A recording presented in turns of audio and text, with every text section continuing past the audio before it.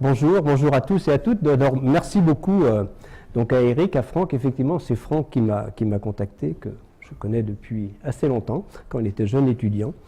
Voilà. Et merci donc à l'organisation. Alors, tu n'as pas rappelé que c'est un séminaire SCOPI, alors il faut qu'on s'habitue. Un séminaire commun des départements P2I, alors P2I hein, et SPU de l'Université Paris-Saclay et du LABEX P2I. Hein, c'est ça, ouais, d'accord. Voilà. Donc l'idée, hein, c'est vraiment un séminaire d'intérêt général. C'est vrai que bon, il m'arrive souvent de parler de mes propres travaux, mais là c'est plus. Donc moi je suis, comme là un peu tu l'as dit, plus, disons mes activités de recherche tournent plutôt autour de la reconstruction des climats passés, mais clairement avec un intérêt, c'est-à-dire d'essayer d'identifier dans les climats du passé ce qui est intéressant, ce qui nous apporte des informations sur son évolution future. C'est bien ça l'idée de notre approche qu'on a eue avec Claude Lorius, beaucoup d'autres. Et donc, mais je vais plus vous parler du climat du futur de façon générale, et puis j'espère qu'on aura le temps de discuter. C'est quand même, il y a beaucoup de choses qui vous sont familières à beaucoup d'entre vous. Je vous remercie d'être très nombreux, c'est vraiment très sympa. Voilà, et puis, alors attends, il faut que j'y arrive. Non, c'est ça? Ouais, si je vais dans le bon sens. Et effectivement, on va parler du réchauffement climatique lié aux activités humaines. En gros, la prise de conscience, elle est vraiment dans les années 70-80, hein, donc grâce aux modélisateurs. En fait, bon, c'est déjà Arrhenius qui, dans les années, à la fin au début du XXe, en fait, ou à la fin du XIXe, qui a émis l'hypothèse qu'il pouvait y avoir que l'effet de serre qui commençait à augmenter hein, avec l'utilisation du charbon à l'époque allait modifier notre climat. Alors, il ne s'en affolait pas trop d'ailleurs, et il prévoyait des réchauffements de 4 à 5 degrés à la fin du XXe siècle. Donc il s'est un peu trompé, mais malheureusement peut-être pas trop. Hein. Donc voilà. Donc et en fait, la modélisation, c'est elle mise en place réellement après la Seconde Guerre mondiale, l'avènement des ordinateurs. Et à partir des années 70, les premiers modèles climatiques se sont intéressés à modéliser, à regarder ce qui se passait si on doublait la quantité de gaz carbonique. Donc on regardait à l'équilibre, hein, le réchauffement climatique, et c'est ce qu'on appelle la sensibilité du climat. Et donc on peut mettre comme point de départ, enfin pas comme point de départ, mais un des points de départ, c'est le rapport de Jules Charnay pour l'Académie des sciences des États-Unis, 79, qui dit que, disons, la sensibilité du climat est comprise entre 1 degré et 4 degrés et demi. C'est-à-dire que si on double le CO2, voilà ce à quoi on doit s'attendre. Et le doublement du CO2 était effectivement, disons, anticipé, je ne dirais pas prévu, mais on pensait que ça pourrait arriver au milieu du XXIe siècle. Ce qui, malheureusement, peut toujours être le cas. Hein, on pourrait arriver facilement à 560 ppm, on était à 280 par rapport au pré-industriel. C'est vrai que j'ai pas pu résister à donc c'est quand même alors après se mettre en place vraiment dans les années 80 toute une série de conférences, hein, en particulier à Villars sous l'égide de scientifiques comme Bert Bolin et ce qui avait un impact, ce qui a quand même eu un impact, c'est disons les premiers résultats de Vostok, hein, ce qui nous avait eu la médaille d'or ensuite avec Claude Lorius. C'est donc où on montrait le lien entre, enfin disons. En tout cas, ça illustre le lien entre effet de serre et climat, hein, disons, ces données de Vostok, donc c'était en 87, et vous voyez, donc en période froide, je ne vais pas rentrer dans les détails, mais en période froide, il y a moins de CO2, il y en a plus en période chaude, de même pour le méthane. Alors, l'idée, c'est vrai que, quand j'ai commencé, moi j'ai commencé ici ma thèse en 68, hein, je vais commencer ma 50e année au CEA, dans quelques semaines. Donc, je suis toujours voilà. Donc, disons qu'on parlait de l'effet de serre, c'était soit un modèle, hein, donc on sait qu'on calcule, soit Mars et Vénus, ils ont des climats différents de la Terre parce que l'effet de serre est différent et tout ça. Mais c'était pas très parlant aux gens. Hein. Donc, on comprend bien, et aux politiques, et les politiques brandissaient cette courbe montrant un indéniable lien entre climat et effet de serre.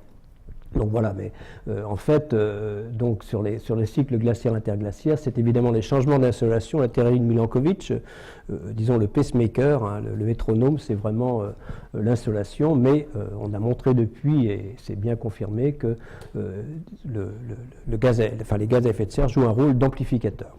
Donc la prise de conscience aboutit en 88 à la création du GIEC, hein, donc Donc le titre, c'est vraiment le diagnostic. Le diagnostic dans le domaine, c'est largement le diagnostic du GIEC. On peut avoir d'autres rapports et d'autres vues sur le réchauffement climatique, mais voilà, le GIEC se met en place en 88 sous l'égide des Nations Unies, en fait, de deux entités, l'Organisation météorologique mondiale et le programme des Nations Unies pour l'environnement, qui sont eux-mêmes, disons, affiliés aux Nations Unies, avec effectivement, voilà, le mot y est, établir un diagnostic vis-à-vis du rôle potentiel des activités humaines.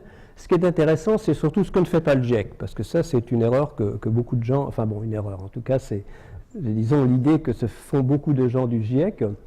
Le GIEC ne fait pas de recommandations. On ne fait surtout pas de recommandations aux décideurs politiques. Ce qu'on essaye de faire, ça ne veut pas dire que le GIEC ne soit pas éminemment politique. Je veux dire politique au sens noble du terme.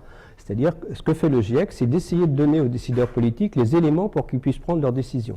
C'est bien ça qu'on fait, c'est-à-dire on essaye quand même de traiter, on doit être d'ailleurs policé, disons en anglais ça se dit peut-être mieux, policy relevant et non pas policy prescriptive, ça veut bien dire, on est quand même bien, c'est une organisation qui vise quand même le premier auditoire du GIEC, alors et ça s'est élargi au grand public et on essaye de faire de l'éducation à l'environnement, enfin voilà, il y a beaucoup de choses, mais disons la première cible, c'est quand même le monde politique. Alors il y a 5 rapports complets du GIEC, et dès dans le premier rapport, en gros, tout était dit. Tout était dit. Dans le premier rapport, il est dit qu'on s'attend à des réchauffements de 3 degrés avant 2100 et des élévations du niveau de la mer jusqu'à 65 cm. Alors, ça n'a pas tellement bougé depuis, finalement. Après, ça dépend des scénarios et tout ça, mais beaucoup de choses étaient dites dans le premier rapport. Alors, ça ne tombe pas. Donc, c'est quand même le G7, en particulier George Bush père, Margaret Thatcher étaient actifs, qui ont aidé à la mise sur pied du GIEC avec des scientifiques, comme Bert Bolling, que j'ai déjà cité. Alors, premier rapport du GIEC en 90, et d'une certaine façon, le monde politique a réagi assez vite, puisque la Convention climat se met en place au sommet de la Terre de Rio en 92, 2 ans après, avec un objectif qui est un objectif de bon sens. En gros, les scientifiques disent que si on augmente l'effet de serre, on augmente le chauffage, et donc la température risque d'augmenter, sauf s'il y avait des processus de compensation, mais voilà, donc il y a aussi 2 autres conventions qui se mettent en place, biodiversité, désertification, ce sommet de la Terre. Donc un objectif simple, stabiliser les concentrations de gaz à effet de serre, sans objectif chiffré, c'est assez important. Et voilà, des qualificatifs généralement avec lesquels vous serez généralement d'accord. Alors, dès au départ, on se rend compte, c'est aussi simple que ça, dès au départ, par exemple, pour le gaz carbonique, à l'époque, c'est à peu près 20 milliards de tonnes de gaz carbonique qui étaient émis, ou un peu plus, dans l'atmosphère chaque année, et il y en avait à peu près, disons, le quart qui allait dans l'océan, ou un peu plus, et le quart qui était pris par la végétation, donc il en restait entre 40 et 50% dans l'atmosphère. Donc on comprend tout de suite que si on veut stabiliser l'effet de serre, eh bien c'est simple, il faut diminuer les émissions pour, en tout cas, qu'elles ne dépassent pas, que les sources n'excèdent pas les puits. C'est très simple. Et ça, bien sûr, c'est aussi quelque chose que les politiques peuvent comprendre. Et ça se met aussi en route donc la stabilisation requiert que les émissions diminuent, c'est très clair. Et en fait, la Convention climat se réunit chaque année. Donc la première, c'est à Berlin. Et dès la troisième, c'est 97 à Kyoto, eh bien, il y a des décisions qui sont prises.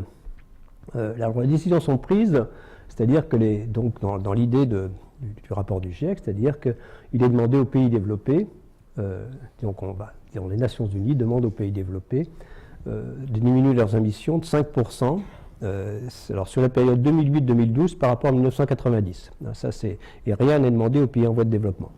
Donc, en fait, le protocole de Kyoto était assez bien dimensionné à l'époque.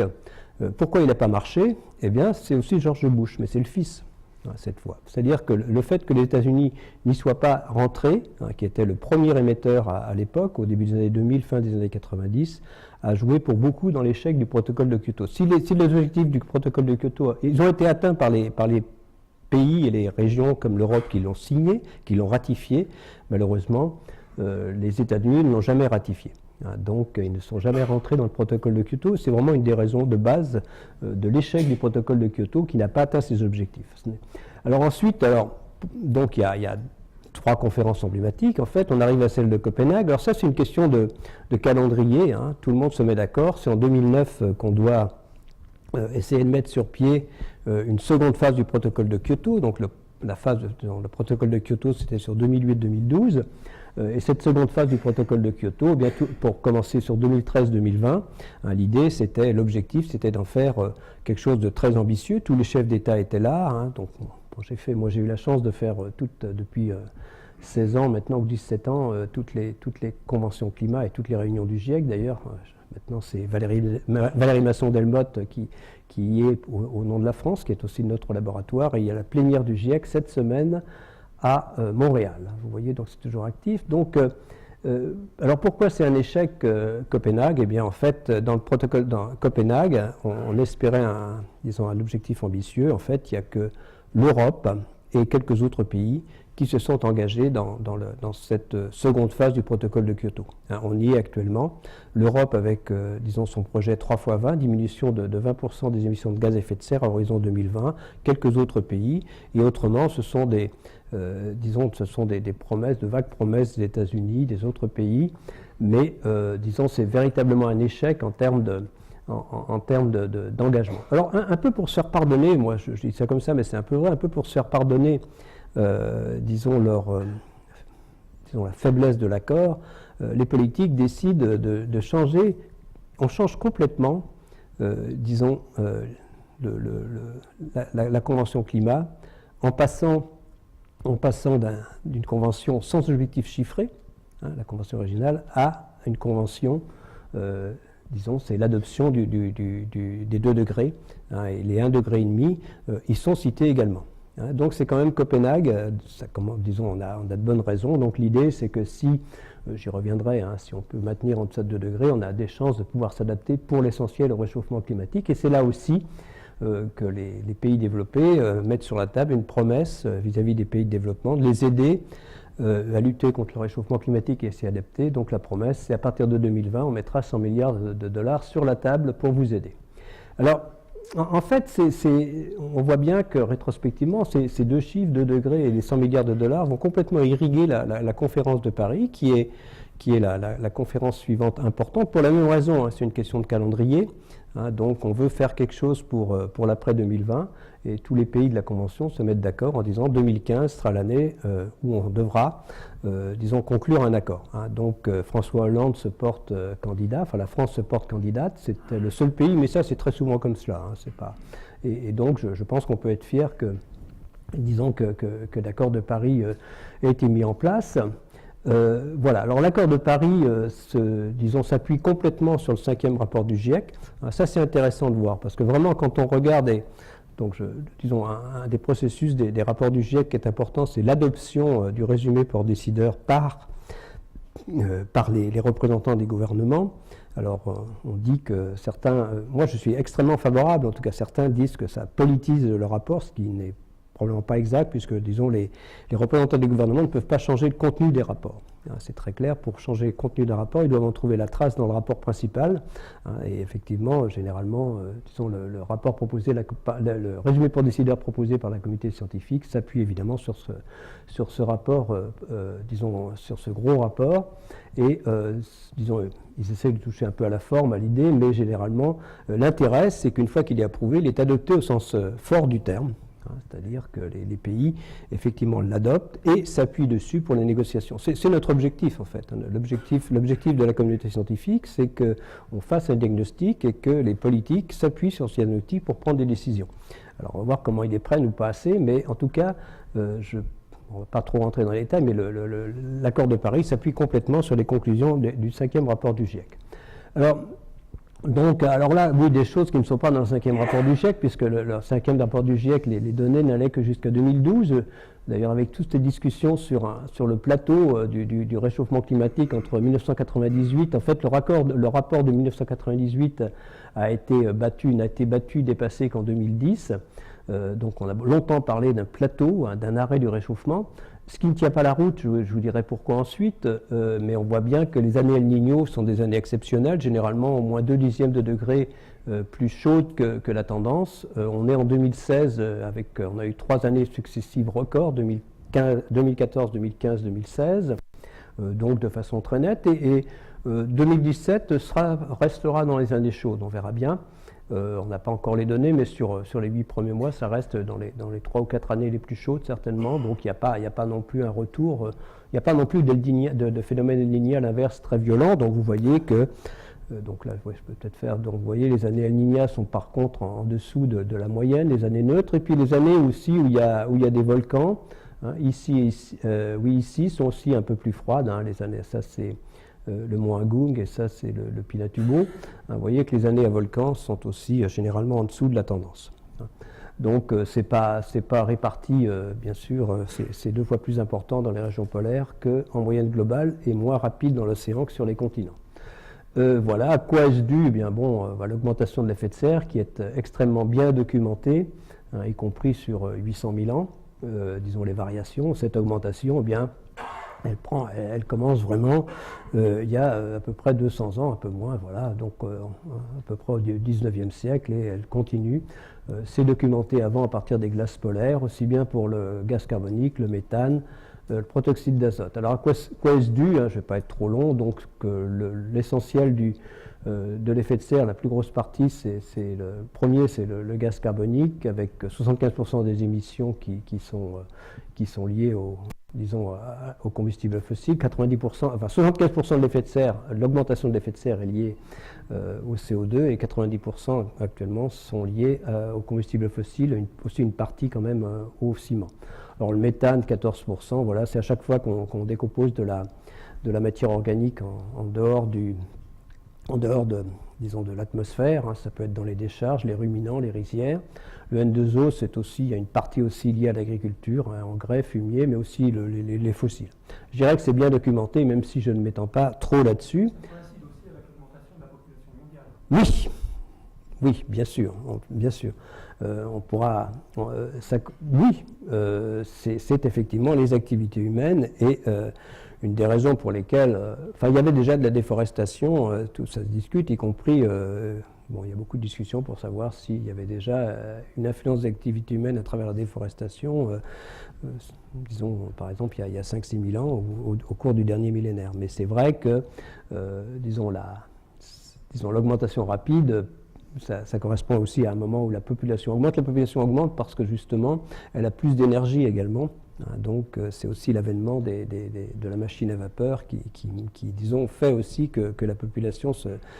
Donc il y a effectivement un lien. C'est pour ça que j'avais mis d'ailleurs avant disons je n'ai pas commenté, mais les concentrations par habitant. Alors qu'est-ce que ça fait? De façon simple, hein, disons, l'augmentation de l'effet de serre, donc le rayonnement solaire nous arrive sans trop de difficultés. Heureusement, l'ultraviolet est piégé, en partie au moins. Et puis, donc, quand ça repart, eh bien, ces gaz à effet de serre en piègent une partie, ce qui fait qu'il y a plus de chaleur disponible au service des composantes du système climatique. En gros, il y a 200 ans, on avait un peu moins de 240 watts par mètre carré. L'effet de serre a augmenté de 3 watts par mètre carré. Mais on joue à travers nos activités sur les aérosols, à la pollution au sens trivial du terme, qui contribue plutôt à contrecarrer à peu près 20%, hein, c'est un peu à la louche ici, de ce qui reste. En gros, on a augmenté de 1%, si on tient compte du refroidissement des aérosols, la quantité de chaleur disponible pour chauffer le système climatique, pour nous maintenir à l'équilibre thermique. Ce qui est important, c'est que de ce 1% supplémentaire, il n'y a que 1% d'utilisé par l'atmosphère. Alors bien sûr, il faut aller regarder ce qui se passe dans l'atmosphère si on parle de réchauffement climatique. Hein, c'est là où on vit et on voit qu'il y a du réchauffement, mais il faut surtout aller dans l'océan où l'essentiel de la chaleur, hein, 93% vont, regarder ce qui se passe sur les glaces. Voilà, donc, et c'est ce qui est fait ici. Et en fait, c'est la meilleure, effectivement, quand le GIEC arrive à la conclusion que le réchauffement est sans équivoque, ce n'est évidemment pas simplement en regardant ce qui se passe dans l'atmosphère. Si on voulait donner un seul chiffre, je dirais le plus parlant du réchauffement climatique, c'est l'élévation du niveau de la mer. Il s'est accéléré au cours des dernières décennies, c'est maintenant bien démontré. En gros, on est à 20 cm depuis le début du XXe siècle. Actuellement, à peu près, on est plutôt sur un rythme un peu supérieur à 3 mm par an actuellement. De ces 3 mm, 1 mm à peu près, est lié à la chaleur qui va dans l'océan et qui contribue à une expansion thermique, à peu près 1 mm. Disons le reste est lié aux calottes glaciaires. Alors par exemple le Groenland, c'est pas loin d'1 millimètre. Disons le Groenland, quand je commençais à travailler sur les glaces polaires dans les années 80, on nous disait à juste titre que le Groenland et l'Antarctique étaient à l'équilibre, c'est-à-dire globalement ils recevaient autant de précipitations qu'ils perdaient soit par fusion dans les régions côtières, soit par les icebergs qui vont dans l'océan. C'est ce qu'on nous enseignait. C'était probablement vrai, et maintenant les deux sont en déséquilibre et contribuent à l'élévation du niveau de la mer. En premier lieu, le Groenland. En fait, les glaciers du Groenland ont vu leur vitesse d'écoulement, disons les grands fleuves de glace, disons augmenter rapidement à la fin des années 90. Disons le Groenland, c'est un peu moins d'1 millimètre. Donc les glaciers tempérés contribuent aussi pour 6/10 de millimètre. Et l'Antarctique, alors l'Antarctique, c'est que l'Antarctique de l'Ouest qui contribue, la partie de l'Antarctique qui est juste en dessous de la péninsule antarctique. Donc voilà, donc pour dire que quand on regarde l'élévation du niveau de la mer, on a quand même en tout cas la somme de deux phénomènes, disons la conjonction de deux phénomènes, réchauffement de l'océan et fonte des glaces, qui sont eux-mêmes un témoignage très clair du réchauffement climatique. Donc si on voulait donner un seul chiffre, c'est vraiment celui-là qui est peut-être plus parlant. Bien sûr, le minimum de la banquise arctique diminue, la surface enneigée a diminué aussi. À la fin du printemps, il y a à peu près 4 fois ou 5 fois la France en moins d'enneigé qu'il y avait une cinquantaine d'années. Donc au début, disons que dans la première partie du XXe siècle. Il y a 2 fois de moins de glace de mer. Disons le minimum de glace de mer va être atteint, normalement on prend la date du 15 septembre, alors l'année record ça reste 2012, en dessous de 4 millions de kilomètres carrés. Vous voyez, au début du XXe siècle, c'était plutôt 10 millions de kilomètres carrés la surface minimale de banquise arctique. Maintenant, on est plutôt autour de 4. L'année 2017 ne sera pas une année record, je crois que ça restera normalement 2012, mais c'est une année plutôt autour de 4 à 5 millions de kilomètres carrés. Voilà. Alors, donc il est aussi sans précédent, c'est important parce que pourquoi ? Parce que ça, c'est notre travail, de dire, bon, il y a des gens ici qui travaillent sur les derniers millénaires, c'est très important. On montre, par exemple, que les 3 dernières décennies ont été, enfin, disons, les enregistrements du dernier millénaire montrent que les 3 dernières décennies ont été les plus chaudes qu'on ait jamais connues depuis au moins 1000 ans et peut-être même depuis 1400 ans. Donc c'est sans précédent à cette échelle-là. Il faut bien préciser parce qu'il y a eu dans le lointain passé des périodes plus chaudes, voire beaucoup plus chaudes qu'aujourd'hui. Quand on parle de sans précédent, c'est à l'échelle millénaire. Donc la question qui vient naturellement après, vous nous dites que le chauffage augmente, vous nous dites que la température augmente, mais tout ça, ce n'est pas suffisant pour établir une relation de cause à effet. Ce qui est tout à fait justifié. C'est tout à fait légitime de poser cette question. Il n'y a absolument pas de problème. D'ailleurs, c'est la question qu'on a posée de façon récurrente au GIEC. Dans le premier rapport du GIEC, cette question était posée, on disait on ne sait pas. Alors, dans le deuxième rapport du GIEC, c'était peut-être, troisième, probablement, il y a plus de 2 chances sur 3, on est passé à 90% de chances dans le quatrième rapport du GIEC, très probablement, et là on est passé à extrêmement probable. Voilà. Donc, comment on fait ? Et il y a eu quelque chose d'assez fondamental dans le 5e rapport du GIEC, c'est que disons, les modélisateurs, enfin c'est aussi disons, un aller-retour entre les modélisations et bien sûr les données, montrent, disons, ont été capables de faire la partition, de faire la part de ce qui est lié à chaque type disons, de forçage, disons, donc ce qui est susceptible de modifier le climat. Alors ça a été regardé, analysé en grand détail sur la partie la plus récente, sur les 50 dernières années, disons, il y a un réchauffement qui est à peu près de 2/3 de degré en noir. Le gaz à effet de serre tout seul expliquerait 1 degré, on s'attendrait, et donc sur cette période, et en fait, donc, comme je vous ai dit, il y a disons, une contribution de la pollution qui contrecarre une partie du réchauffement, et les meilleures estimations du rôle des activités humaines sont à peu près en phase avec ce qui est, disons, ce qui est observé. En fait, l'activité solaire a plutôt légèrement diminué. Donc, en gros, s'il n'y avait pas de forçage lié aux activités humaines, on serait plutôt sur une légère décroissance de la température. En tout cas, pas une augmentation.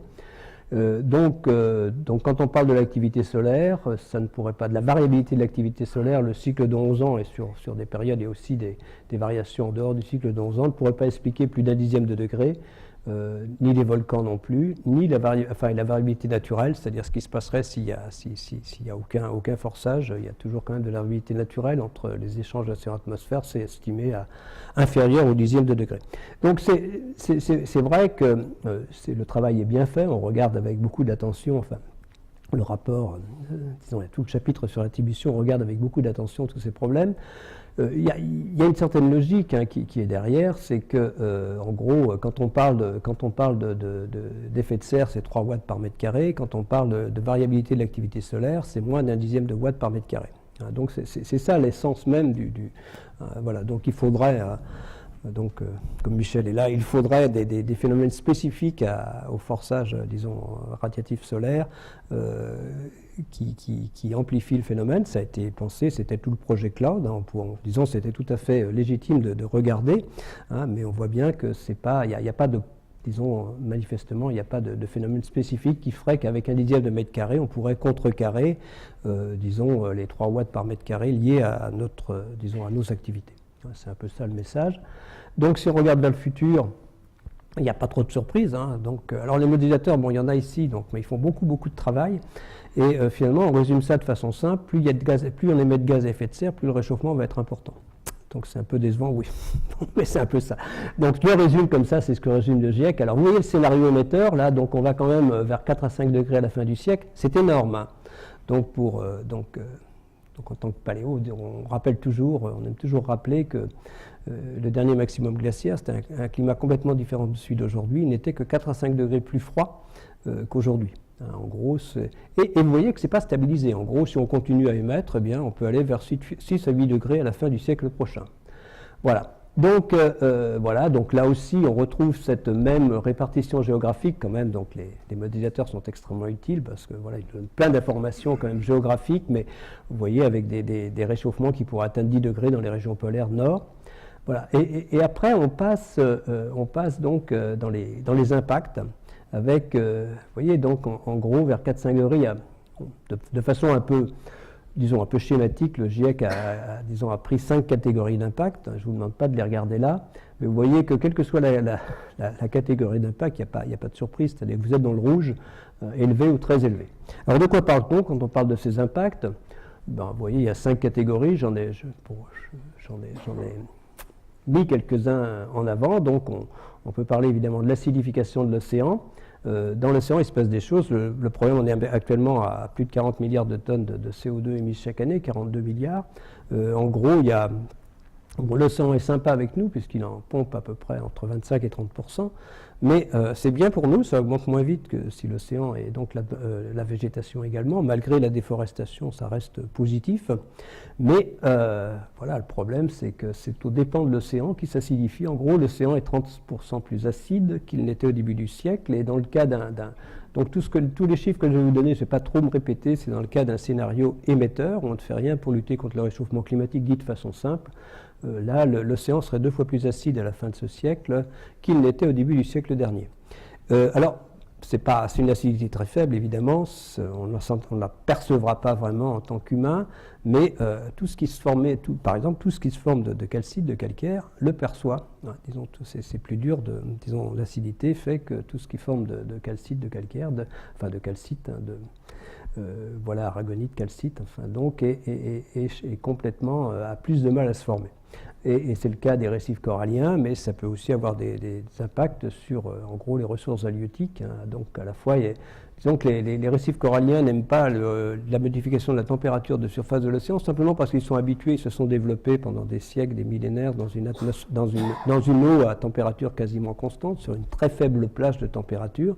Et si on leur change cette plage de température, il faut au minimum qu'ils s'adaptent, et ce qui n'est pas évident. Ils n'aiment pas l'augmentation de température, ils n'aiment pas l'acidification de l'océan, et dans des régions comme la barrière de corail, ils n'aiment pas tout ce que rejettent les eaux continentales, riches de nitrates et tout. Donc, par exemple, la barrière de corail, on en parle de plus en plus, il y a quand même des problèmes. Alors après, est-ce que les récifs coralliens peuvent récupérer ou non? Pour certains, c'est des grands débats, mais c'est quand même pas si facile. Il y a vraiment des problèmes sur les récifs coralliens. Et c'est important pour beaucoup de régions. La France, y compris la France, nous sommes un des pays riches de récifs coralliens par nos territoires ultramarins. Donc les extrêmes climatiques, donc sécheresse, inondation, canicule, cyclone, en gros, donc les questions qu'on se pose, c'est est-ce que déjà leurs statistiques changent? Alors, donc ça peut être vrai pour certains, pas vrai pour d'autres. Les canicules, c'est vrai, par exemple. Parmi ce qu'on attribue aux activités humaines, les canicules plus intenses, ça peut être le cas. On est beaucoup plus prudent sur les cyclones, sur les inondations également, qui peuvent être liées, sur les sécheresses également. Donc, il n'y a pas d'attribution pour le moment, sauf pour les canicules, et aussi pour les précipitations plus intenses. Hein, disons, on pense qu'il y a un lien. Les précipitations deviennent plus intenses et qu'il y a un lien avec le réchauffement climatique lié aux activités humaines. Donc les populations, c'est la troisième catégorie, c'est important. Hein, donc, on voit bien que le réchauffement climatique, on va parler de réfugiés climatiques, les causes, c'est les régions, c'est l'élévation du niveau de la mer dans certaines régions, les sécheresses à répétition dans d'autres qui mettent à mal la sécurité alimentaire, et puis des catastrophes climatiques, hein, des cyclones dans certaines régions qui font que les gens doivent quitter l'endroit où ils vivent, au moins temporairement. C'est pas forcément aller dans d'autres pays, mais on voit bien que ça forcément... Là aussi, le GIEC est très prudent sur la notion de réfugiés climatiques, mais les migrations liées au climat risquent de devenir plus importantes. Les ressources en eau, évidemment, parce que les régions où il y a de la sécheresse, il y a aussi augmentation de l'évaporation, réchauffement, et ça joue, y compris pour le sud de la France, ça peut être un problème. Par exemple, en France, les précipitations ont plutôt tendance à diminuer. Il y a encore eu un déficit cet été de 10%, et quand on regarde en France l'écoulement des fleuves, l'écoulement devrait être un peu moins important dans une cinquantaine d'années qu'actuellement. Donc l'eau disponible, donc évidemment la sécurité alimentaire, la sécurité au sens sécuritaire du terme. Beaucoup de gens ont souri quand Emmanuel Macron a dit qu'il y avait un lien entre terrorisme et réchauffement climatique. C'est pas si idiot que ça. Par exemple, sur la Syrie, on se pose beaucoup de questions. Il y a une succession de sécheresses. Enfin, il y a beaucoup de géopoliticiens disons, c'est plus de la géopolitique, mais beaucoup de gens se posent des questions sur le lien éventuel entre la série de sécheresses au début des années 2000, qui a marqué le Moyen-Orient en fait, et qui a forcé en Syrie à peu près plus d'1 million d'habitants à aller des campagnes vers les villes, dans la déstabilisation de la Syrie. En fait, il y a beaucoup d'autres raisons, mais dire que le réchauffement climatique peut être une des raisons multifactorielles des problèmes de sécurité dans certaines régions, c'est vrai. Par exemple, le GIEC dit clairement que disons, le risque d'augmentation, d'intensification des conflits est déjà là. Alors ensuite, on regarde plutôt les autres problèmes environnementaux qui sont des problèmes par eux-mêmes. Hein, donc voilà, la biodiversité, les écosystèmes, la pollution, la santé, et en gros, le réchauffement climatique a tendance à exacerber tous ces problèmes, et les phénomènes irréversibles, niveau de la mer, permafrost. Alors je ne vais pas être trop long. Il ne faut pas croire, on aura des effets en France, et je vais vous en parler rapidement. L'élévation du niveau de la mer, toujours dans le cas d'un scénario émetteur, on irait jusqu'à 1 mètre à la fin du siècle. Beaucoup de discussions actuellement, parce que certains pensent qu'on pourrait aller plus loin, voire 2 mètres, au-delà de 2 mètres à la fin du siècle. Beaucoup de discussions. Hein, voilà. Et puis à long terme, si le réchauffement reste au-dessus de 2-3 degrés, 3-4 degrés, la fonte du Groenland, alors on parle plutôt d'une échelle millénaire dans ce cas-là, plutôt d'une échelle séculaire, mais disons le Groenland risque, qui fournit actuellement à peu près, disons, 1/7 millième du Groenland disparaît chaque année, ça risque, mais c'est plutôt, disons, si ça s'accélère, c'est plutôt à l'échelle millénaire que le Groenland risque de disparaître si le réchauffement se maintient pendant ce temps-là. Donc, sur la biodiversité, c'est vrai que je montre ce graphique. Toujours dans le cas d'un développement, disons alors, oui, voilà, dans le cas d'un réchauffement important, la vitesse de déplacement des zones climatiques à la fin du siècle pourrait être de quelques kilomètres. En gros, ça c'est par décennie, 7 km, disons 7 km par an. Et on voit bien que, alors vous ne regardez pas, là il y a 8 espèces faune ou flore, hein, et pour les arbres, il y a, disons, la moitié des espèces, en gros, hein, vous voyez, des espèces dont la capacité de déplacement est inférieure à la vitesse de déplacement des zones climatiques. Donc on voit bien, à travers ça, disons que la perte de biodiversité est déjà quelque chose de tout à fait tangible en dehors du réchauffement climatique, mais on comprend bien à travers ce transparent que ça risque d'être exacerbé. Pareil, alors les gens nous disent, oui, mais il y a alors c'est le grand... On a beaucoup entendu ça, oui, mais il y a des régions qui vont gagner, la productivité agricole, des régions qui vont devenir productives. Alors ça, c'est vrai, hein, c'est tout à fait vrai. mais ça vient aussi du dernier rapport du GIEC. Ça, en gros, ça illustre les régions qui vont gagner, donc jusqu'à 50%, vous voyez, donc gagner en productivité. On peut penser, disons, à les régions plutôt au nord, dans notre hémisphère. Et puis ça, c'est les régions qui vont perdre, parce qu'il y a des régions qui deviennent plus sèches. Et ce qu'on constate, eh bien, c'est qu'au début, disons, la prochaine décennie, jusqu'à 2030, les régions qui perdent et les régions qui gagnent sont à peu près équilibrées. Mais dès qu'on va, si vous allez à la fin du siècle, eh bien, les régions qui gagnent, disons, les régions qui perdent, prennent nettement le pas en termes de productivité agricole sur les régions qui gagnent. C'est très clair. Donc, et ça, c'est une étude en gros sur les cultures sur lesquelles on se construit, enfin nous-mêmes, le bétail, blé, riz, maïs et soja. Bon, la France, alors, assez rapidement, la France, alors l'année record, c'est 2014 ici. Vous voyez, donc il y a plus de variabilité. Ce que j'aime dire, c'est que par rapport à ma jeunesse, en fait, il y a 1,5 degré largement entre les années 60 et aujourd'hui. C'est vraiment un réchauffement. Alors 2017, c'était un peu la surprise, puisque donc, disons, on a annoncé que l'été 2017 était le deuxième été le plus chaud, après l'été 2003. Donc ça, c'était avant-hier. Et donc 1,5 degré plus chaud qu'un été moyen. Donc c'est largement lié à... Il y a quand même une canicule assez marquée sur le sud de la France. Moi, j'ai passé mes vacances en Normandie, en Bretagne. Je n'ai pas perçu le réchauffement climatique. Donc, voilà. Alors, vers quoi on va en France? Je vais aller assez vite. Bon, c'est vrai qu'il n'y a pas de surprise. C'est une déclinaison de ce qui se passe à l'échelle planétaire. Donc là, il y a des fois, au niveau français, donc il y a à la fois l'IPSL, donc notre institut qui fait des modélisations, et puis également, j'ai montré ici celle de Météo France, donc on travaille beaucoup ensemble avec Météo France, et vous voyez, on trouve des réchauffements largement 4-5 degrés, avec le scénario 13 émetteurs, 4 à 5 degrés à la fin du siècle, disons, en moyenne annuelle, et c'est vrai aussi, encore plus vrai l'été. Alors ça, c'est un des problèmes de l'été. En gros, si on regarde les étés, donc là, je vous ai brièvement évoqué, vous voyez, l'été de référence, on prend l'été moyen du XXe siècle, 17,5 degrés. Alors c'est les 3 mois, juin, juillet, août. Donc vous voyez, les étés chauds, ils nous sont familiers, malheureusement, 2003, je pense que tout le monde ici en a la mémoire, avec entre 15 et 20 000 morts en France, 70 000 morts au niveau européen, donc pratiquement 3 degrés de plus. Et puis, bon, vous voyez, donc dans ces simulations, si on montre les étés en Île-de-France, eh bien, c'est toujours pareil, scénario émetteur, eh bien, on voit qu'à la fin du siècle, les étés caniculaires risquent d'être jusqu'à 6-8 degrés plus chauds que les étés moyens. Donc ça, c'est des simulations de l'IPSL. Merci à mes collègues. C'est Robert Vautard qui m'a fourni ces données. Alors on voit bien que c'est un des problèmes, et ça montre bien l'intérêt de lutter contre le réchauffement climatique. Ça, c'est même un scénario qui va un peu, qui termine à peu près à 2 degrés à la fin du siècle, mais qui n'est probablement pas stabilisé. On voit bien que dans ce type de scénario, il y a des étés un peu plus chauds que 2003, mais disons, et ça ne sort pas complètement de la norme 2003. Donc ça, c'est un des problèmes. Alors beaucoup plus troublant, c'est toujours mes collègues de Météo France, du CERFAX, un papier très récent, donc qui a fait un peu de bruit. Alors là, on est toujours l'été, mais on regarde l'été, la température record dans chaque région. Vous voyez, donc actuellement, pratiquement, où que vous soyez en France, la température... Alors ça peut être une journée simplement, on comprend bien, c'est pas une moyenne. C'est la température record, évidemment, c'est l'été, puisque la température, vous voyez, on est à 42, 43 degrés, là, où qu'on soit pratiquement, je n'avais pas réalisé ça.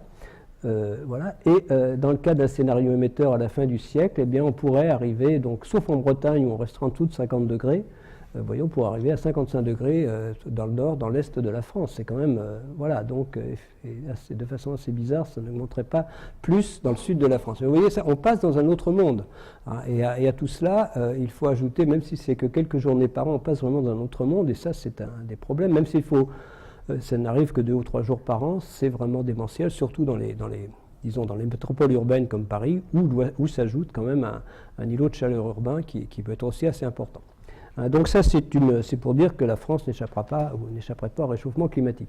Donc d'autres, je ne veux pas être trop long pour terminer dans 1 heure, donc voilà, d'autres conséquences, les ressources en eau, l'agriculture, voilà, donc moins de ressources, c'est tout le problème du pourtour méditerranéen où il y a moins de précipitations, les zones marron.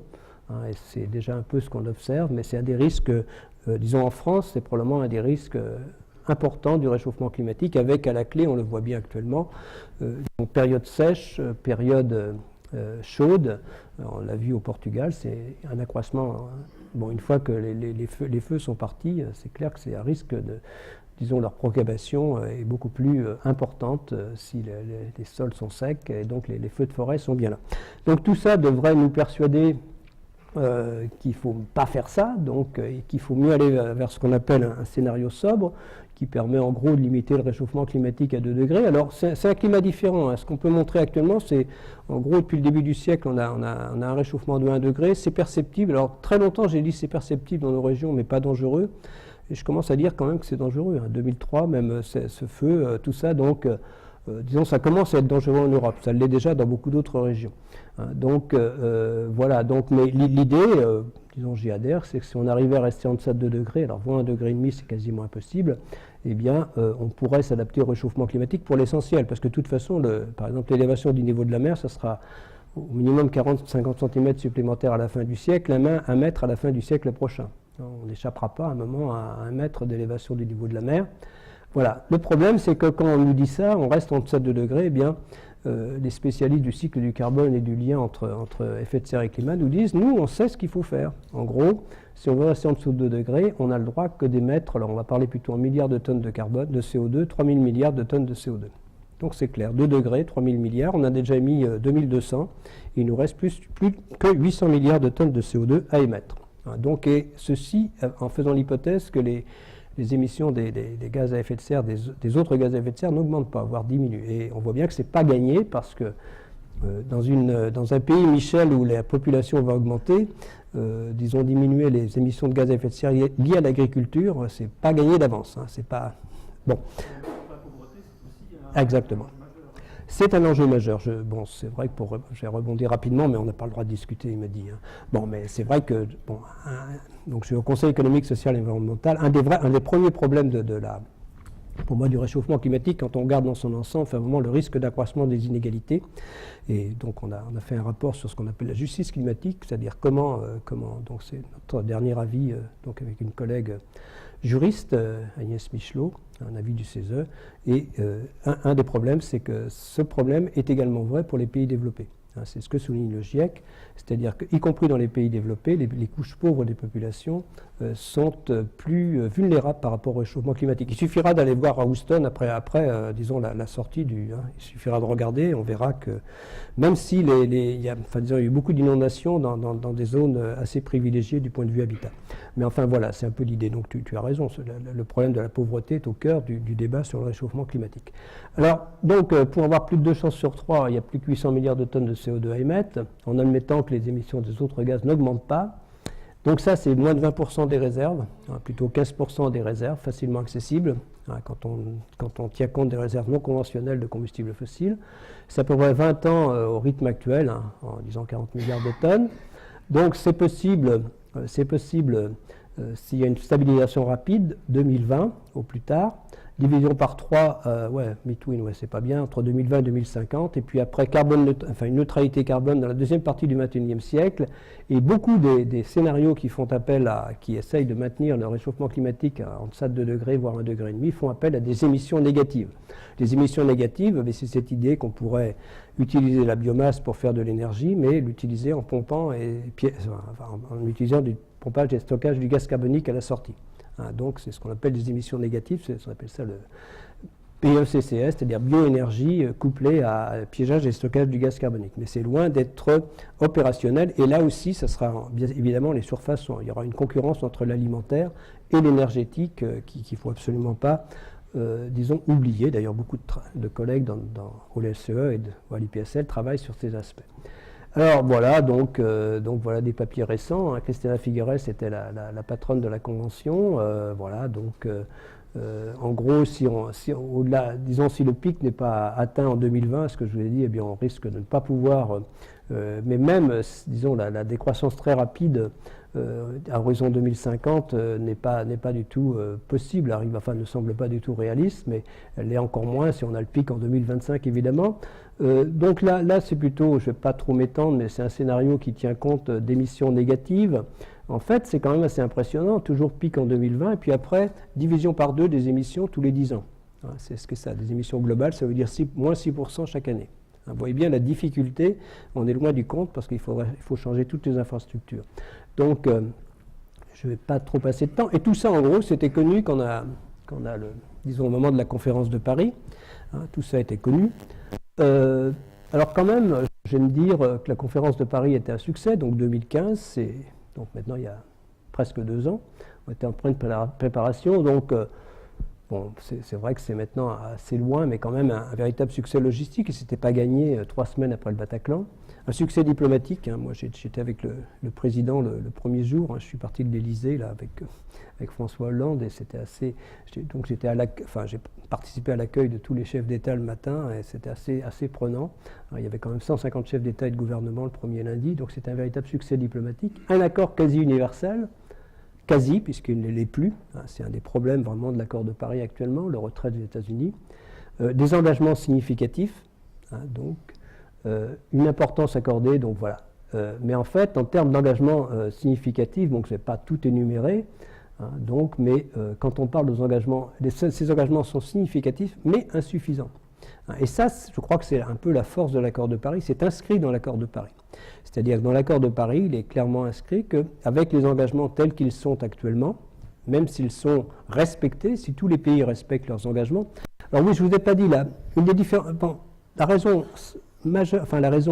du succès de l'accord de Paris, c'est un changement, vraiment la Convention climat a changé son fusil d'épaule. Hein, ça j'aurais pu le dire rapidement, mais à Kyoto, à Copenhague, la Convention climat essayait de fixer, je ne dirais pas d'imposer, c'est trop lourd, mais de fixer des objectifs pour les pays développés. Hein. Et donc, ils ont vu que ça ne marchait pas, donc on a pris l'approche inverse, c'est-à-dire de demander aux pays ce qu'ils pourraient faire, comment ils pouvaient participer à la lutte contre le réchauffement climatique et à son adaptation. Alors ça a formidablement bien marché, puisque tous les États ont fait part de leurs engagements. Moi, Laurent Fabius, début 2014, j'étais dans le comité de pilotage français, je disais, les gens ne vont jamais faire des engagements et tout, et finalement, il y a une dynamique qui s'est créée, tous les pays sont venus avec leurs engagements. Et comme leurs engagements n'étaient pas discutés, hein, tout le monde disait, voilà ce qu'on met sur la table, et après, ok, on met ça. Voilà, donc tous les pays ont signé, hein, puisque ce qu'ils avaient proposé, c'était accepté. Donc c'est le mécanisme, c'est ce changement de mécanisme, on est passé de cette partition du monde entre pays développés et pays en voie de développement à un accord quasi universel. Hein, donc c'est un des caractères de succès, c'est un des succès de l'accord de Paris. Enfin, c'était un des succès de l'accord de Paris. Donc, pourquoi? Et c'est inscrit très clairement qu'en 2030, même si les engagements actuels sont, disons, respectés, eh bien, on aura 55 milliards de tonnes en fait, d'équivalent, d'équivalent CO2, hein, c'est pas de carbone, 55 milliards de tonnes de CO2 équivalent à la fin, disons en 2030, alors qu'il en faudrait 40 pour avoir des chances, et peut-être moins, pour avoir des chances de rester en deçà de 2 degrés. Hein, c'est très clair, donc on a 40% d'émissions en trop par rapport à ce qu'il faudra en 2030. Et ça veut dire que même en étant optimiste sur l'après 2030, eh bien, on est plutôt parti vers des réchauffements entre 3 et 3 degrés et demi. En gros, entre 2 degrés, hein, vous voyez en gros quelque chose, une trajectoire au milieu des deux, entre le scénario sobre et le scénario émetteur. C'est quand même loin du compte en termes de... On laisse quand même si on faisait ça, on laisse un monde qui sera difficile à vivre, j'en suis persuadé. Alors ensuite, donc absence de discussion du prix du carbone, évidemment il y a une clause de révision qui est inscrite, et c'était l'espoir de la Convention climat de rediscuter, disons à partir de 2019 ou 2020, de rediscuter, disons, l'ambition de l'accord, les engagements d'inciter les pays à disons, aller au-delà de leurs engagements. Actuellement, les engagements sont plutôt pas tenus. Hein. Là, c'est plutôt assez négatif. Hein. Donc, il y a eu un article récent qui montre que les gens sont plutôt en deçà de leur feuille de route.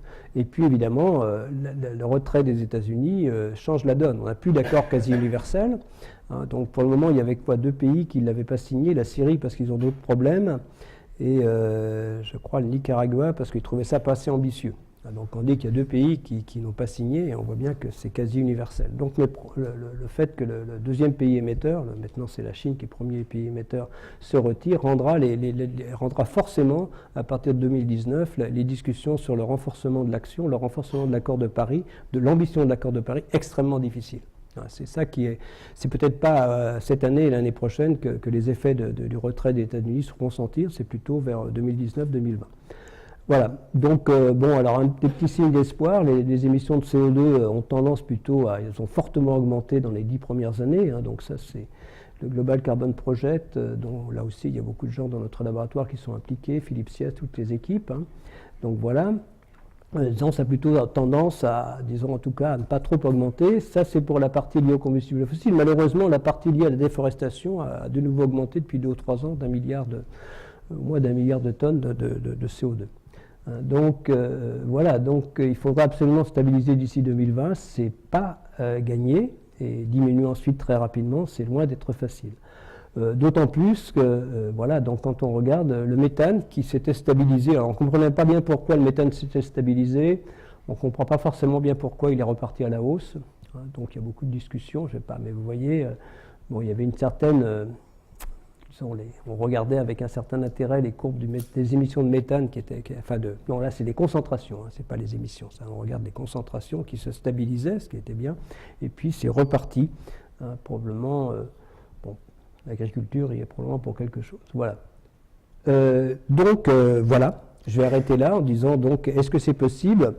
Donc, j'ai quelques autres transparents, mais bon, on pourra discuter, je pense, si on veut, Eric, commencer la discussion. On voit, j'ai essayé de vous montrer à la fois le mécanisme, c'était ça l'objectif, d'essayer d'une certaine façon, je pense que, disons, c'est une pour notre communauté scientifique, parce que, comme on me dit, bon, d'une certaine façon, on a effectivement ce qu'on souhaitait, c'était les décideurs politiques s'appuient sur la communauté scientifique, disons, pour prendre des décisions, mais on voit bien que, d'abord, ces décisions ne sont pas assez ambitieuses, elles auraient vraiment dû être plus ambitieuses au moment de Kyoto et de Copenhague, voilà.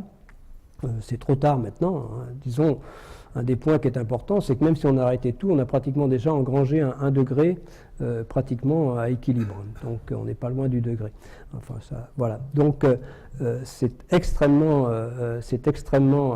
difficile de rester en deçà de 1,5 degré et même rester en deçà de 2 degrés, ou de respecter l'objectif 2 degrés de stabilisation à long terme. Ça peut être 2100, mais après stabiliser, c'est vraiment un défi qui reste assez gigantesque, mais qui d'une certaine façon est nécessaire. Voilà, si on a. Merci.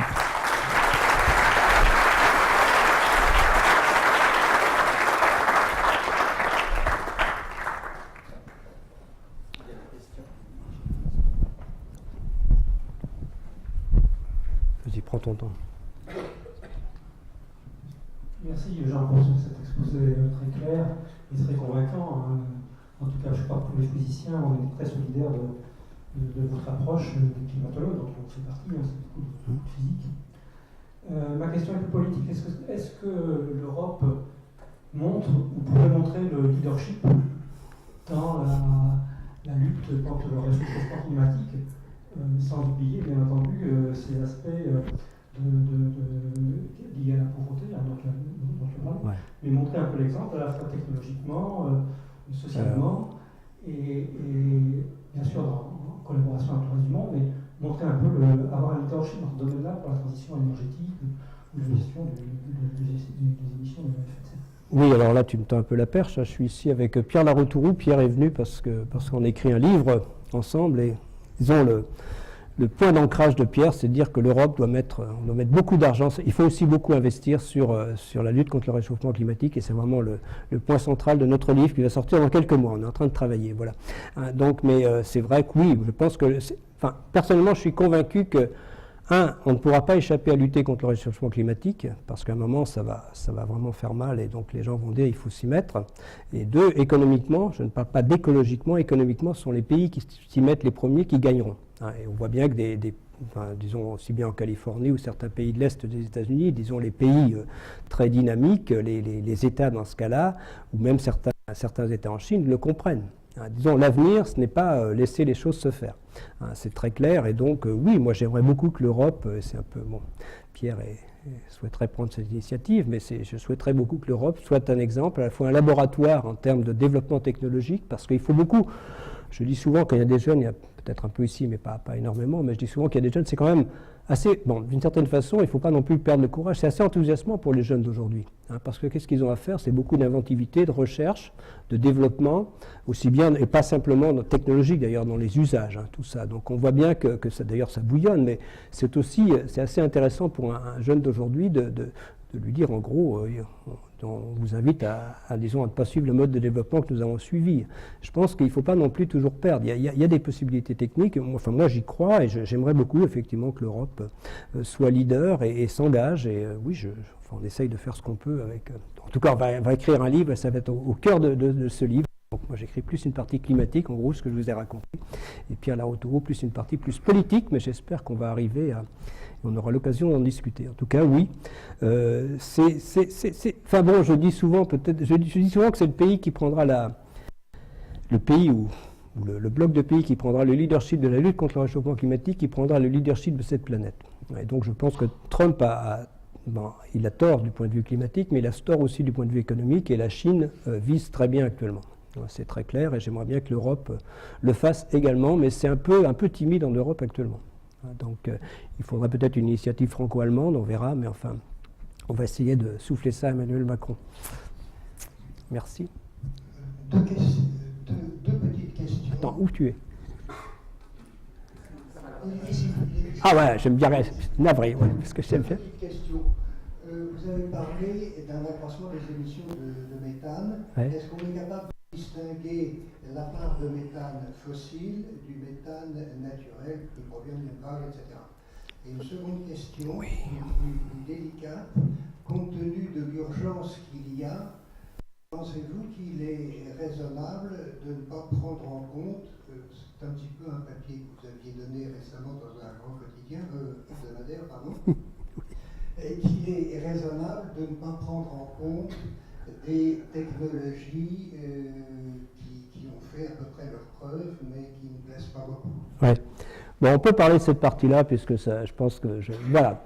Donc, il y a un article récent de gens qui pensent que la solution, c'est le nucléaire. Donc, on va peut-être pas faire on peut faire un débat sur le nucléaire, mais ça sera peut-être assez long aujourd'hui. Mais il y a effectivement... Donc, c'est un papier d'André Berger et de quelques collègues. D'ailleurs, je crois qu'il y a François-Marie Bréron qui est dedans. Pour eux, la solution passe par le nucléaire. Bon, moi, je ne suis pas anti-nucléaire, mais je ne pense pas qu'un développement... Enfin, disons, je pense quand même qu'on doit aussi, à l'échelle planétaire, actuellement, je rappelle simplement que le nucléaire, à l'échelle planétaire, en termes de, disons que d'énergie primaire, c'est 5%, en termes d'énergie finale, c'est plutôt 2%, et même les spécialistes du nucléaire, en tout cas ceux qui étaient dans le rapport du GIEC, et ce n'est pas contredit, ne pensent pas que le nucléaire dépassera jamais 10% à l'échelle, dans le meilleur des cas, même s'il n'y a pas de limite, 10% à l'échelle planétaire. Alors, ça ne veut pas dire qu'il ne faut pas en faire, pas du tout, hein, surtout de façon transitoire, et donc après c'est le choix de chaque pays. Hein, donc je montre ici qu'il y a quand même des études pour ça, mais dans ce cas-là, disons, c'est pratiquement tout nucléaire, c'est je crois 3200 centrales, 1000 mégawatts, si je ne me suis pas trompé. Donc il y a des gens qui réfléchissent, et c'est très bien qu'ils le fassent, mais il faut voir aussi derrière, il y a les problèmes de coûts. Alors il y a d'autres qui réfléchissent, donc il y avait un rapport du GIEC, hein, donc, et probablement qu'il faut faire les deux, un rapport du GIEC sur le renouvelable. Hein, donc ce rapport du GIEC, qu'est-ce qu'il nous dit? Que, on a quand même des possibilités au niveau planétaire, il est quand même probable. Alors quand on parle d'énergie, hein, il faut bien sûr, alors il ne faut surtout pas limiter à l'électricité, hein, c'est électricité, chaleur, mobilité. L'électricité, c'est quand même qu'en France, c'est que 20% de l'énergie, hein, finale. Non, l'énergie finale. L'énergie primaire, c'est 40%. Je vois, Michel, je sais, t'inquiète pas. L'énergie primaire, c'est 40%. Mais donc, d'accord, quand même, il faut bien. Donc, la première ressource, disons, la première énergie en France, ça reste le pétrole et le gaz, hein, c'est très clair. Donc, quand on parle d'énergie globalement, voilà, c'est une question d'investissement, mais potentiellement, après, il y a tous les problèmes d'intermittence à résoudre, et c'est là aussi qu'il faut faire, disons, apporter des solutions, c'est ça aussi qu'il faut faire preuve d'inventivité et de recherche. Donc voilà, dans l'estimation, on pourrait bon, j'avais dit qu'on peut espérer que 50% à l'horizon 2050 de l'énergie, à l'échelle planétaire, hein, ce qui n'empêche pas au mieux les 10% d'énergie liée au nucléaire, s'il se développe, soit d'origine renouvelable. C'est un peu l'état des lieux. Dans tous les cas, ça coûte cher. C'est ça qu'il faut voir. Hein. J'avais bien aimé le rapport de Denis Baupin. La conclusion, c'est on fait du renouvelable, ça sera cher, mais on refait du nucléaire, ça sera aussi cher. Il ne faut pas se leurrer. Mais bon, c'est des investissements qu'il faudra faire de toute façon. J'ai été rapporteur de la loi sur la transition énergétique au titre du Conseil économique, social et environnemental, donc je m'y suis pas mal appliqué. Je pense que je dis que la loi est équilibrée avec ce maintien du nucléaire à 63 gigas. On peut en discuter, mais bon, voilà. Donc oui, bien sûr, le nucléaire peut être une des parties de la solution. Après, les États, je ne vais pas... Voilà, donc c'est un peu... Voilà, c'est aussi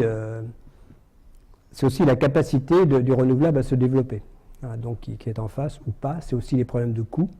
Hein, puis voilà, puis aussi, il n'y a pas... Bon, le nucléaire, effectivement, il y a des gens qui se posent des questions qu'on peut respecter de toute façon, je pense, hein, le minimum, mais des gens se posent des questions pour l'éolien, moins pour le solaire, mais enfin après, donc voilà, il n'y a pas tout d'un coup, magiquement, une énergie. On fait de la bioénergie, c'est aussi l'alimentaire. Pas tout d'un coup une énergie qui n'est pas du tout, disons, de côté un peu négatif. Il ne faut pas penser qu'il y a tout d'un coup une énergie, c'est tout bien. Non, il y a tous les côtés, soit le coût, soit les difficultés. Donc le débat reste ouvert.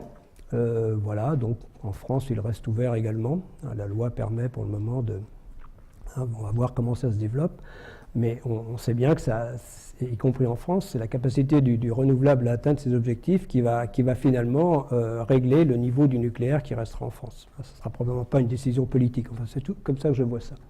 Voilà, mais personnellement, je ne cache pas que même étant au CA depuis près de 50 ans, je suis quand même extrêmement favorable au développement des renouvelables, et je le dis. Voilà, je pense qu'au niveau planétaire, c'est quand même l'avenir.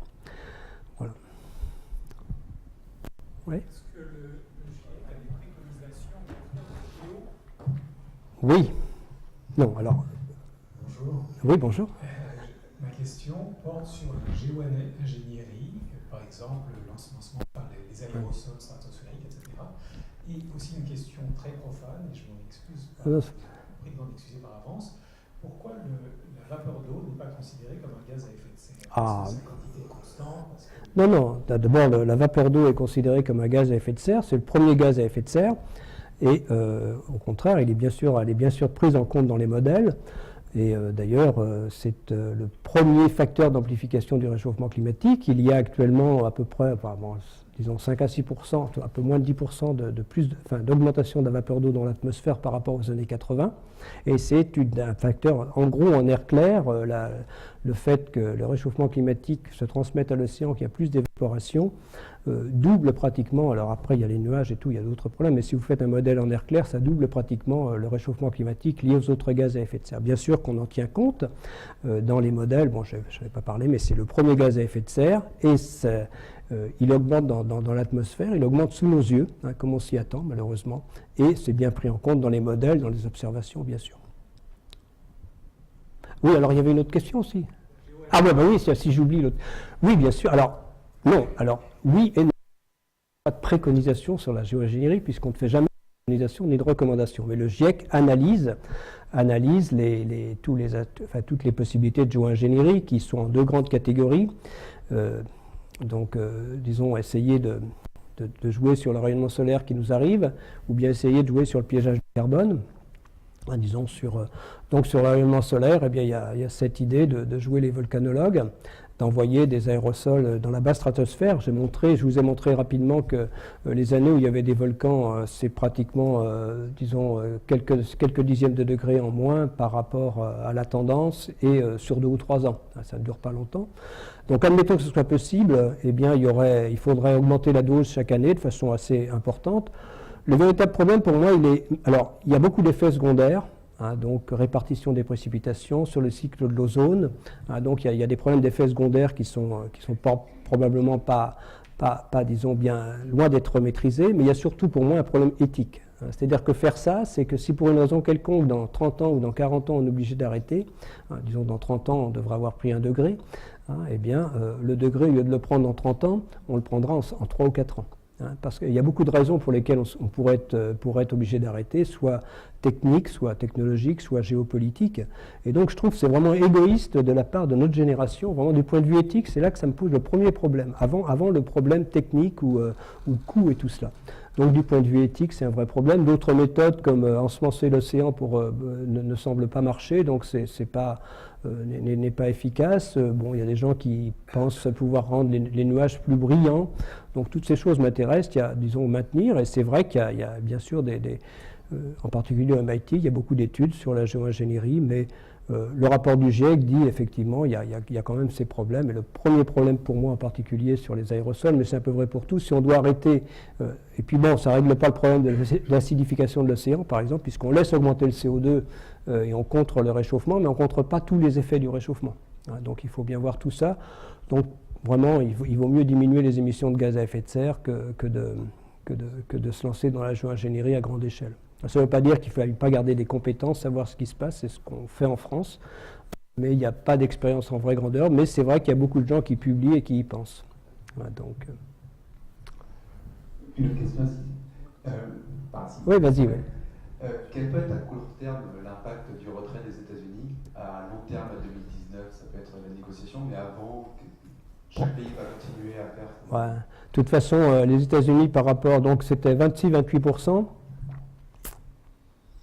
Oui, 26-28% leur promesse en 2025 par rapport à 2005. Ça, c'est leur engagement. Donc, ce qui n'était pas négligeable, mais par rapport à 2005, ils ont suffisamment pris leur année maximale. Les émissions des États-Unis descendent. Donc, ils ne sont déjà pas dans les clous, et même avant le retrait annoncé, ils étaient déjà plutôt partis en dessous de 20% dans tous les cas. Pensez pas les gens vont.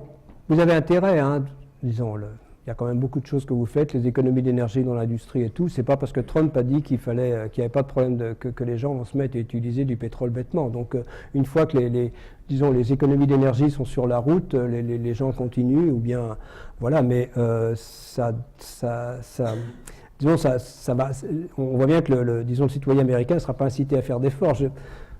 On vient de discuter, sur une émission tout à l'heure sur complément d'enquête où on citait, c'était pour l'eau, mais c'est lié au climat. Donc, à Las Vegas, il y a vraiment des problèmes, mais ils utilisent près d'un mètre cube d'eau par jour par habitant. On en utilise 150 en France ou 160. Donc, on voit bien, et c'est pareil pour les émissions de gaz à effet de serre, c'est un rapport 3. Donc, il va y avoir, ça va forcément desserrer les taux. Ça n'aura peut-être pas une influence énorme. De toute façon, les États-Unis n'étaient pas partis pour tenir leurs engagements, mais bon, donc ça en aura, moi je pense, marginal sur les émissions, mais par contre, sur la négociation, ça va être mortifère. Je ne vois pas comment la Convention climat peut relancer une négociation ambitieuse sans les États-Unis, à moins que les autres pays, qu'il y ait vraiment un sursaut des autres pays qui continuent pour le moment et qui disent on y va. Ça peut être le cas de la Chine. Si la Chine et l'Europe disaient on y allait, eh bien, ça serait assez formidable. C'est ce qu'on pourrait souhaiter. Mais même l'Europe est un peu en retard par rapport à son plan de marche actuellement. Donc, il n'y a plus de dynamique européenne. Bon, là aussi, je vais pas refaire. Bon, on a fait un rapport sur l'énergie, sur la transition énergétique. Une des recommandations, ça serait vraiment d'avoir une véritable Europe de l'énergie, pas simplement s'échanger l'électricité, mais vraiment penser investissement ensemble. Et s'il n'y a pas d'Europe de l'énergie, je ne vois pas comment on peut y arriver. Et pour le moment, on n'en est pas. Enfin bon, on en parle, mais ce n'est pas fait. Est-ce qu'il n'y a pas justement un risque à parler beaucoup de solutions techniques et qui pourraient nous inciter à attendre un peu les bras croisés qu'on soit sauvé par la technologie? Il y a des effets rebonds aussi qui sont connus. Tout à fait. Si on donne aux gens des voitures qui consomment moins, ils vont rouler 2 fois plus. Oui. Il y a un terme qui semble être un gros mot dans la bouche de beaucoup de politiciens, c'est le terme de décroissance et de souveraineté énergétique. Donc si on peut en discuter. Quand on regarde les scénarios français, donc dans le cadre de la loi sur la transition énergétique, il y a eu 12 scénarios d'étudier, d'analyser, qui ont été disons, classés en 4 catégories. Donc du scénario, alors avec beaucoup de nucléaire, décarbonation, jusqu'à un scénario sobre, dont celui de Négawatt. En gros, pour le moment, il n'y a que Négawatt qui permet d'atteindre les objectifs. Alors après, on peut en discuter de la validité, mais c'est vrai que pour le moment, la division par 4, tout gaz confondu, alors il y avait un scénario de l'ADEME, mais qui a été beaucoup discuté.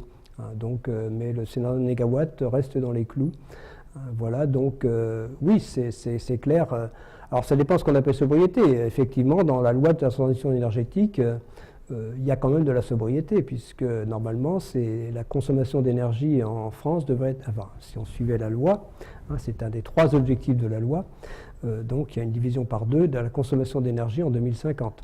Donc ça fait partie de cette notion de décroissance. Et on n'y arrivera pas sans, effectivement, une attention. Ça veut dire bon, quand on parle d'efficacité, je l'ai beaucoup fait, donc des conférences grand public quand j'étais dans le comité de pilotage de la loi sur la transition énergétique. Et quand on parle d'efficacité énergétique, les gens nous écoutent, et dès qu'on parle de sobriété, ils écoutent beaucoup moins. Non, mais je l'ai vécu, donc je veux dire. Donc c'est la difficulté, mais je pense effectivement qu'il faut de la sobriété il faut les deux. De l'efficacité énergétique, des développements technologiques, mais il faut vraiment faire attention à ce qu'on fait. C'est très clair, on ne peut pas. Voilà. On parle de décroissance de la population mondiale. Alors, donc là aussi, le GIEC, on nous dit, nous, ce qu'on peut faire, c'est tenir compte des statistiques des démographes. Alors, ils ne sont pas toujours d'accord entre eux, mais quand même, que ce soit 9 ou 10 milliards en 2050, le problème est le même. Tout le monde parle d'un doublement de la population en Afrique. Hein, donc, par exemple, hein, donc c'est des quasi-constantes dans les démographes. Le GIEC ne fait pas de démographie, mais tient bien sûr compte, alors tenez compte dans ces anciens scénarios, c'est plus vrai maintenant, il y avait des scénarios qui tenaient compte explicitement de la démographie. C'est clair que là, on en tient moins compte. Bon, moi j'ai toujours par rapport à, bon alors à chaque fois si je me trompe, en gros, si on a le droit, alors je vais parler en tonnes de carbone, si on a le droit à 3 milliards de tonnes de carbone, hein, disons en 2050, c'est un peu ça, on a 10 milliards de tonnes de carbone. Je parle de tonnes de carbone, pas de CO2 équivalent. Hein, donc si on est plutôt donc si on veut aller vers 3 milliards, en gros, on est à 2 tonnes par habitant, hein, actuellement en moyenne planétaire. Si on est 6 milliards, il faut aller vers 500 kg, il faut diviser par 4. Et si on est 10 milliards, il faut 300 kg. Hein. Moi, je pense qu'il y a de l'énergie sur Terre et si on est capable de résoudre les problèmes, disons que la sécurité énergétique, si on s'est passé de 2 kg par habitant à 500, de 2 tonnes à 500 kg, excusez-moi, on saura passer de 2 tonnes à 300 kg. Donc, je pense que le problème, c'est pas forcément la sécurité énergétique, c'est plus la sécurité alimentaire parce que justement c'est cette compétition entre sécurité énergétique et sécurité alimentaire pour les espaces et tout qui est un véritable problème. Mais donc pour répondre, bien sûr, le GIEC regarde ce que font les démographes, mais on n'a pas nos propres analyses. Hein, donc on tient bien sûr compte aussi bien dans les problèmes de pauvreté, dans les problèmes c'est clair que si l'Afrique se développe, si l'Afrique se développe sur le renouvelable, et ça, ils ont vraiment tous les moyens pour le faire. Hein, disons, ils sont bénis des dieux en termes d'énergie renouvelable. Hein, donc, c'est une question d'argent, d'investissement, mais là, on ne peut pas dire après, ouais, mais non, mais s'ils se développent, s'ils continuent à se développer sur le fossile, on a perdu. Hein, donc, parce qu'actuellement, même si tous les pays développés arrêtaient, et si les pays en voie de développement prennent les habitudes des pays développés, on va aller nettement au-delà des 2 degrés. Ah, donc on est malheureusement obligé de dire aux pays développés, faut les aider à se développer, mais si possible de façon sobre en carbone. Ouais, Jean. Moi je trouve que notre communauté est très bonne pour faire la sensibilisation du grand public au changement climatique. Ouais, comme tu le sais aussi, un certain nombre à militer pour des alternatives et à proposer aux gens de changer leurs habitudes. Mais il y a une question difficile et je trouve que quand on nous demande, nous, ce qu'on fait comme communauté scientifique travaillant sur le climat pour changer nos habitudes, eh ben, je suis un peu sec et je suis absolument désespéré de voir qu'on continue à faire des grandes conférences où le seul succès, c'est de rassembler 15 ou 20 000 personnes qui ont traversé le monde en avion. Et donc, qu'est-ce que tu peux nous dire de ça, de la volonté de la communauté scientifique, et en particulier de celle qui travaille sur le climat, pour montrer l'exemple au reste de la population qu'on a du mal à faire bouger, à le reconnaître? Oui, c'est vrai que l'exemplarité est quelque chose d'important. Bon, je sais que je continue à prendre l'avion quand c'est nécessaire, je prends beaucoup le train. Je prends le bus ici quand je viens de temps en temps, mais bon, je viens moins souvent. Mais je veux dire par là, bien sûr, c'est une goutte d'eau. Oui, l'exemple des conférences climat, moi, je pense qu'il faut disons, des grandes conférences de temps en temps, c'est utile. Ce qu'on fait, mais c'est ce qui se fait quand même de plus en plus, c'est quand même des conférences électroniques ou par vidéo, même y compris au sein du GIEC. Hein, mais la proposition, donc le GIEC s'organise autour de 4 semaines donc chaque groupe, en gros, une fois que le rapport est commencé, c'est 4 semaines où les gens se réunissent à peu près tous les 6 mois. Et c'est dur probablement à éviter, la plénière est probablement dure à éviter, oui, je pense qu'il faut faire attention, mais de là à dire on va supprimer toutes les réunions physiques, c'est aussi assez difficile. Il faut faire au maximum par vidéo, c'est clair. Aussi bien dans notre domaine, on le fait un petit peu, peut-être pas suffisamment. Mais l'exemple est là, évidemment. Après l'exemple individuel, moi je dis toujours que aussi bien dans notre vie professionnelle que dans notre vie personnelle, dans notre vie de tous les jours, on peut participer à la lutte contre le réchauffement climatique. Mais probablement, tu as raison de dire que ma principale contribution, c'est plutôt de dire qu'il y a un problème que de participer à la résolution du problème. Enfin, tu as raison. Mais j'essaye quand même. Voilà. Bonjour. Bonjour. Je voulais savoir justement, est-ce qu'on a quelque chose à attendre ou à espérer de la COP23 dans quelques mois en Allemagne? Non, ça ne sera pas une grande COP. Donc, je ne pense pas, non, je veux dire, moi je vais essayer d'y aller, mais non, il n'y a pas de grand projet. Normalement, là, disons la prochaine, on voit bien, là, je vous ai dit, il y a des COP plus importantes que d'autres. Il y a des COP de mise en œuvre des résolutions. Ça a été le cas de Marrakech. Donc Marrakech, par exemple, avait fait quelque chose d'assez intéressant. Disons que normalement, pour déposer les outils de ratification, les pays avaient jusqu'à 2020, c'est-à-dire pour dire comment ils feraient pour respecter leurs engagements. Alors on avait réussi, enfin les négociateurs à Marrakech avaient réussi à convaincre les pays qu'ils devaient déposer leurs instruments pour 2018. Et donc avec l'idée qu'on pourrait commencer dès 2019-2020 à discuter de relever l'ambition. Donc c'était un petit succès, mais c'était assez intéressant. Et puis, disons après, le retrait de Trump met ça un peu tout ça en l'air, hein, c'est ce que j'ai dit. Mais alors la prochaine conférence qui risque d'être importante, c'est plutôt 2018. Il n'y aura pas de grande décision en 2017. Pourquoi 2018 ? D'abord, je dirais que la Convention climat a d'une certaine façon commandé au GIEC un rapport sur un monde à 1,5 degré, parce que, bon, c'est quasiment impossible, mais il faut bien comprendre que les pays qui sont en fait, en gros, les petites îles ou des pays côtiers, océan Indien, océan Pacifique, ont toutes les raisons de plaider pour ça. Ils sont à la fois, ils ont le problème d'élévation du niveau de la mer, d'acidification de l'océan dont ils tirent l'essentiel de leurs ressources touristiques ou halieutiques, et puis pour certaines d'entre elles, certains de ces pays, de cyclones à répétition, ou en tout cas de plus en plus intenses. Donc on voit bien qu'ils ont raison.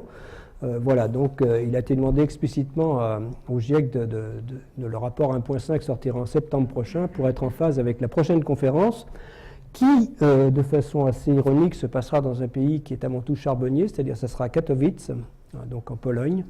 C'est pas bon, voilà, mais et c'était aussi, c'est normalement en 2018 que se faisait le premier bilan des engagements.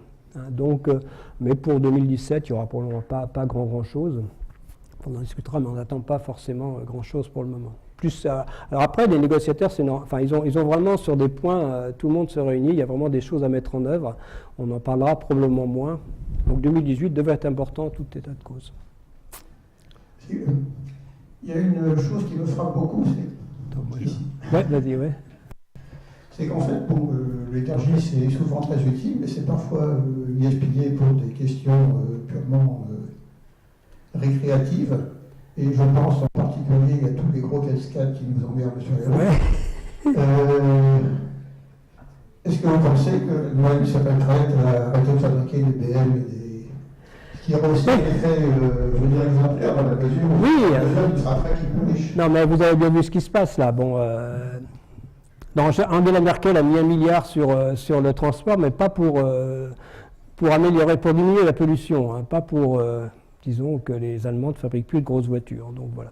Mais ça va peut-être être assez long, là, non, allez, la dernière, parce que je ne peux pas vous garder trop longtemps. Donc oui, dans le fond, oui, mais on voit bien que les fabricants allemands n'en prennent pas la route pour le moment, malheureusement. Il faut qu'on convainque Angela Merkel, mais ça semble difficile. Oui. Presque en continuité avec la question précédente, est-ce que vous pensez que la taxe carbone peut être vraiment un outil qui ferait avancer les choses? Alors, petite remarque au passage, vous avez cité Négawatt qui permet de rester dans les clous. Je dirais qu'il y a un autre scénario qui le permet aussi, il s'appelle Négatep. Oui, mais c'est... oui, Négatep, c'est celui... il ne respecte pas avec tous les gaz à effet de serre. Je peux vous montrer, mais il n'est pas loin, effectivement. C'est le scénario, disons, justement, où il y a augmentation du nucléaire. Donc, mais quand on regarde tout gaz confondu, il n'y a qu'un scénario de l'ADEME qu'on a beaucoup critiqué, le scénario Négawatt qui... Enfin, je n'ai pas le transparent là. Oui, alors sur la taxe carbone, à l'évidence, oui. Oui, donc oui, bien sûr, et donc il y a eu beaucoup de discussions, un rapport, donc on parle plutôt de corridor de prix actuellement que de prix fixe. Oui, c'est indispensable d'avoir une taxe carbone à un niveau, disons, probablement jusqu'à 100 $ la tonne. En France, on en a une pour le moment, mais bon, qui fait partie de la TIPP.